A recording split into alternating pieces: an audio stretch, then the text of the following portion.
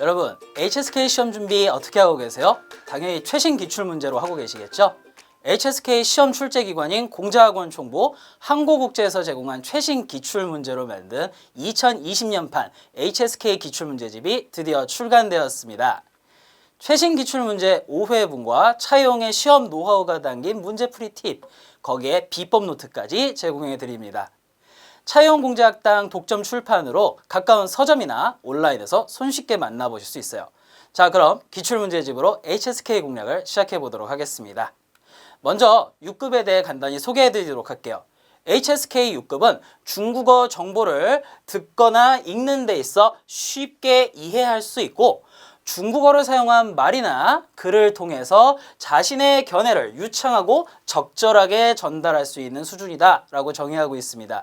달리 말하자면 기본적으로 중국어는 아주 잘해야 되지만 다양하고 많은 정보를 들었을 때 그 요점과 중요한 사항들을 기억할 수 있고 그것에 대한 자신의 의견을 유창하게 일정 시간 이상 다른 사람에게 이야기할 수 있는 수준이다 라는 이야기가 되겠습니다. 이를 위해서는 HSK 6급에서 요구하고 있는 5천여 개의 상용 어휘와 관련 어법들을 마스터하셔야 합니다.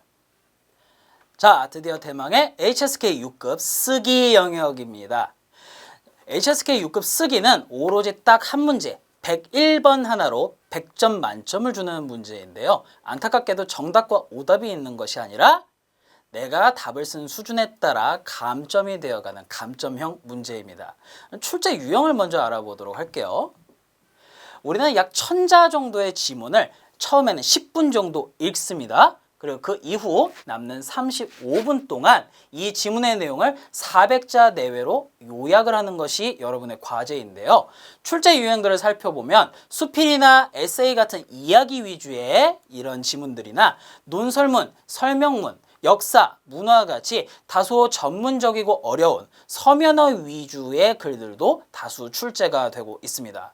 우리는 이 글들을 10분간 쳐다볼 때 먼저 절대로 메모를 해서는 안 됩니다. 손이나 펜을 사용하여 무언가를 써서는 안 되고 오로지 독해만 가능하고 답안을 작성할 때에는 반드시 제목을 작성해야 된다라는 제한이 붙어 있죠. 무엇보다 중요한 것은 이번 쓰기 영역은 내용을 창작하는 것이 아니라 기존에 있는 내용을 짧고 간결하게 요약해야 한다는 점이고 그래서 오늘 우리가 배울 내용은 바로 요약의 기술입니다. 먼저 문제 유형을 한번 살펴보시죠. 지금까지 한 번도 본 적 없었던 굉장히 긴 지문이 등장하는데요. 이게 약 1000자 정도 됩니다. 그리고 이 내용을 읽은 후에 오른쪽에 보이는 400자가 조금 넘는 원고지에 간결하게 정리를 하셔야 된다는 거예요. 딱 보기만 해도 정말 어려운 일로 보이시죠? 그러니 오늘 요약의 기술 위주로 한번 이야기를 해볼까 해요.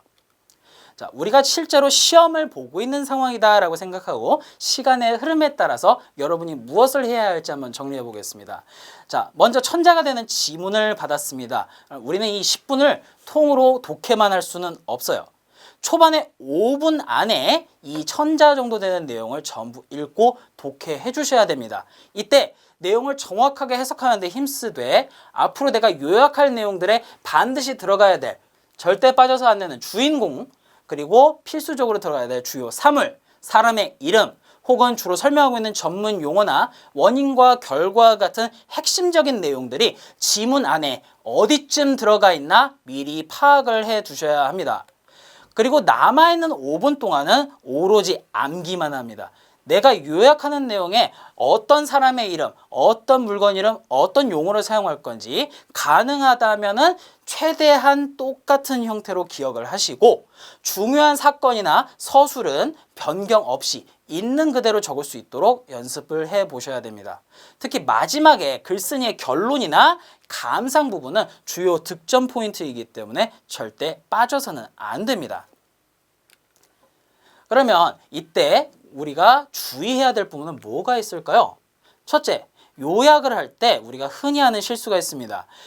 글쓴이가 쓴 내용 그대로 가져오는 것이 아니라 요약을 하는 나 자신의 생각, 감상, 의견 따위를 집어넣거나 제일 흔한 실수인데요. 대명사인 워 절대 넣어서는 안 됩니다. 다시 한번 강조하지만 이번 유형은 창작이 아니고 요약하는 거니까요. 둘째, 제목은 필수라고 말씀드렸습니다. 이때 제목 안에는 전체 지문을 대표할 수 있는 키워드나 문장을 활용해서 만들어 주시면 가산점이 있고요. 마지막 셋째, 플러스 마이너스 30자 정도, 370자에서 430자 이내로 작성하시는 것이 가장 좋습니다. 내용이 너무 많거나 너무 모자라도 감점이 되기 때문이죠. 자, 그럼 실제로 어떤 부분을 요약하느냐? 첫째, 주제에 영향을 주지 않는다면 시간이나 공간 관련한 디테일한 표현들은 그냥 삭제해버리셔도 무방하겠습니다. 반면에 자세한 분야나 종류를 쭉 열거했는데 이것이 주제로 표현하는데 꼭 필요한 요소다. 그럼 모든 내용을 다 적지 마시고 그 카테고리를 하나로 묶을 수 있는 한 단어로 축약을 하는 방법도 있습니다. 흔하게 지문에 등장하는 것에는 사람들의 대사도 있는데요. 주인공이 한 말이 아니라면, 그리고 중요하지 않은 대사라면 과감하게 삭제. 주인공이 한 말이 아니지만 빠져서는 안 될 중요한 내용이라면 따옴표는 삭제하시고 간접화법으로 요약을 하시면 됩니다. 마지막으로 구어체 표현, 서면어가 아닌 표현들과 구체적인 행동표사, 그가 웃으며 말했다 같은 표현들, 혹은 3년 후처럼 시간의 흐름 따위는 삭제해버리셔도 요약하는데 큰 문제가 없습니다. 실제로 어떻게 요약되는지 한번 살펴볼까요? 지금 보시는 지문은 앞에 보였던 이 긴 지문에서도 첫 문단만 가지고 온 겁니다. 여기 보이는 짱다치엔이라고 하는 20세기 중국 미술계의 아주 유명한 대가인데요. 전체적인 내용을 살펴보면 이 사람은 정말 업적이 많고 대단한 사람입니다 라는 주제로 이야기를 하고 있어요. 그러면 가장 먼저 해야 될 것은 뭐라고 했죠? 처음 5분 동안 요약할 내용이 어디에 있는지 찾아보면서 정확히 독해하는 것이라고 했죠. 짱다치엔이 얼마나 대단한 사람인지 표현하는 내용을 살펴보니 일단 가장 먼저 눈에 띄는 것은 具有最具传奇色彩的国画大师. 입지전적인 위치가 있는 중국화의 대가이다라고 하는 표현이 눈에 띄고요. 그리고 表现技法进行了创新, 표현 기법의 혁신을 일으켰다라거나, 여기 보면 出神入化, 신의 경지래요. 出神入化的境地, 신의 경지에 다다랐다는 표현. 마지막에 开辟了新的表现道路, 그 표현 부분에 있어서 뭐 새로운 지평을 열었다 같은 표현들이 눈에 띄네요. 반면에 요약을 해야 된다라고 하면 이야기했던 것처럼 20세기 중국 미술계처럼 우리가 이미 알고 있는 내용들은 과감하게 삭제하셔도 될 거고요. 뒤에 이 사람이 어떤 분야에서 능했는가 얘기하는 绘画, 书法, 专科, 诗词, 또很精通, 이런 부분에 다 정통했다라고 하는데 이 사람이 대단합니다라고 얘기하는 부분에 있어서 꼭 들어갈 필요는 없을 것 같아요. 반면 저는 出神入化的境地, 이 표현을 꼭 살리고 싶은데 마침 이 앞에 笔墨色水纸, 어떤 부분들을 잘 활용했는지 얘기하는 단어들도 보입니다. 이런 표현들은 하나로 绘画工具 정도로 정리를 해주면 아주 간결하게 정리가 가능하겠죠. 그래서 만약 제가 답을 적는다고 하면 저는 이런 식으로 적겠습니다. 张大千是具有传奇色彩的国画大师，创新了中国山水画的表现技法，在驾驭绘画功底上达到了出神入化的境地，同时也为中国画开辟了新的表现道路。 짱다치엔이라고 하는 사람은 입지전적인 중국화의 대가로 중국 산수화 표현 기법의 혁신을 일으켰고 회화 도구를 사용하는데 신의 경지에 다다랐으며 그와 동시에 중국 그림 부분에 있어서 표현상의 새로운 지평을 열었습니다 라고 하는 표현 정도가 적당할 것 같아요. 이렇게 보면 글자가 조금 커 보이지만 위에 보이는 내용을 절반 정도로 축약할 수 있게 됩니다. HSK 6급 쓰기 영역은 글씨 쓰는데 자신이 없는 분들한테는 자신의 중국어 수준과 무관하게 난이도가 대단히 높게 느껴지는 부분입니다. 그래서 그런 분들한테는 저는 필기 시험을 보는 PBT 시험보다는 IBT 시험을 보시는 게 어떠냐라고 권하고 있는데요. 지금 여러분이 이 영상을 보고 있는 HSK 시험센터의 경우도 전국 여러 곳에서 IBT 시험을 시행하고 있습니다.